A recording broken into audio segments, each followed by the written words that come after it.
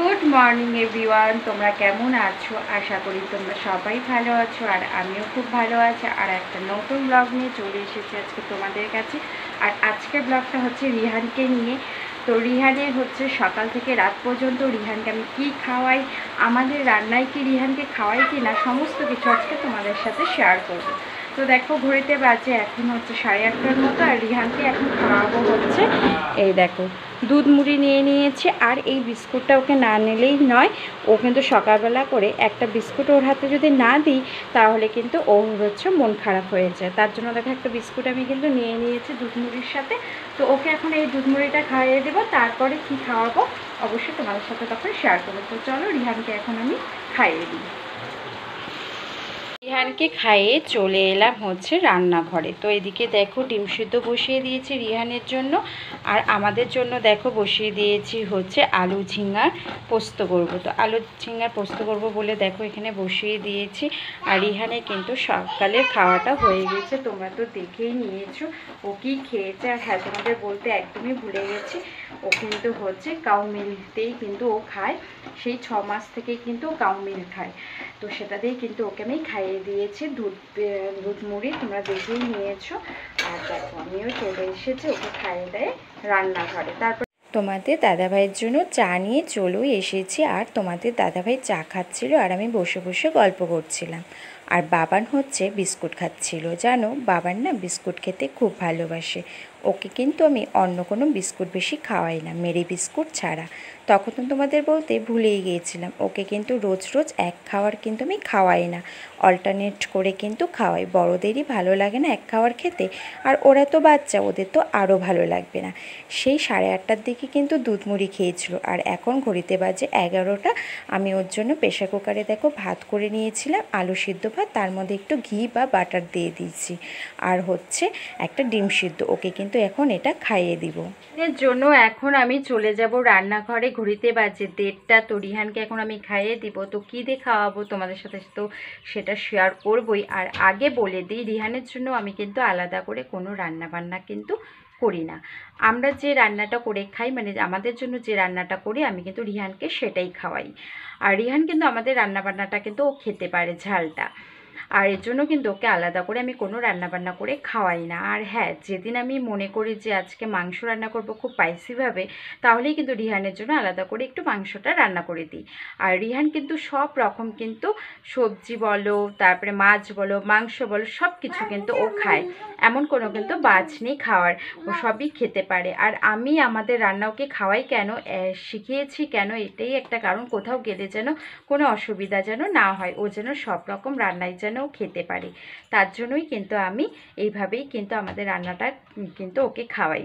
তোমাদের বেবিদেরকেও কিন্তু ধীরে ধীরে এইভাবেই কিন্তু শেখাতে পারো। তো চলো এখন রান্নাঘরে যাওয়া যাক, আর রিহানের জন্য খাওয়াটা নিয়ে চলে আসা যাক। আর কী দিয়ে খাওয়াবো তখন তোমরা দেখনের জন্য ভাত নিয়ে চলে এসেছে। আজকের ও দুপুরে থালিতে আছে মসুরি ডাল, ঝিঙা আলু পোস্ত আর বটবটি আলু ভাজা। এগুলা কিন্তু আমাদের জন্য কিন্তু করেছি, ওর জন্য কিন্তু আলাদা করে কিন্তু আমি করি না, তখন তো তোমাদেরকে বললামই। আর ওকে আমি সব কিছু একটু একটু দিয়ে কিন্তু অভ্যাস করাই। তোমাদের বেবিদেরকেও কিন্তু সব কিছু দিয়ে অভ্যাস করাবে, যদি সহ্য করতে পারে।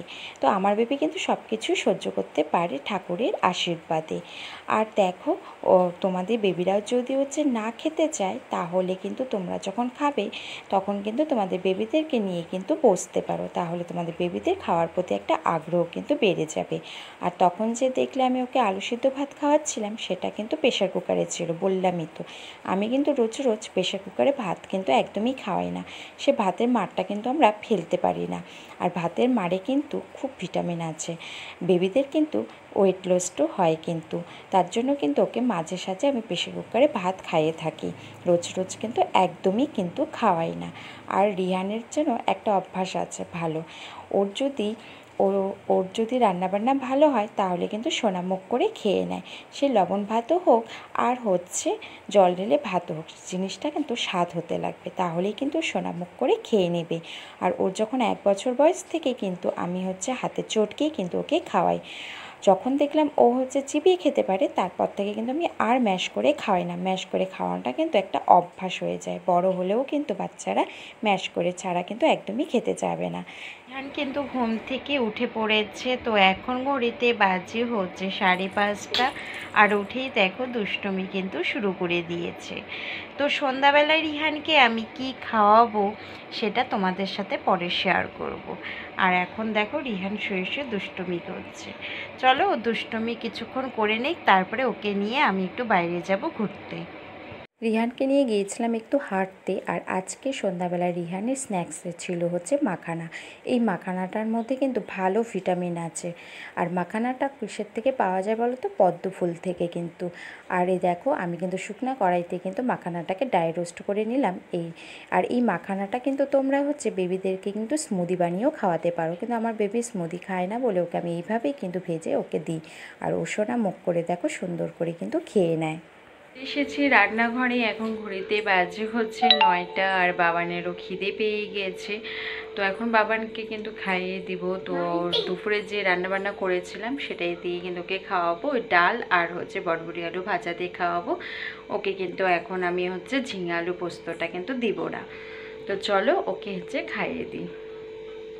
আমাদের খাওয়া দাওয়া কমপ্লিট হয়ে গেছে, রিহানকে খাইয়ে নিয়ে আমরাও কিন্তু খেয়ে নিয়েছিলাম। আর এখন ঘড়িতে বাজে হচ্ছে 10:30টার মতন।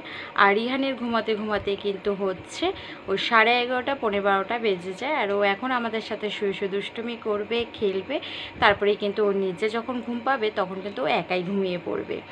তো আজকের ব্লগটা এই পর্যন্তই। যদি তোমাদের কাছে ভালো লেগে থাকে তাহলে তোমরা কি করবে তোমরা তো জানোই, লাইক আর হচ্ছে কমেন্ট করতে কিন্তু কেউ ভুলো না। আজকের মতন টাটা, সবাই ভালো থেকো, সুস্থ থেকো, পজিটিভ থেকো, সবাইকে জানি গুড নাইট।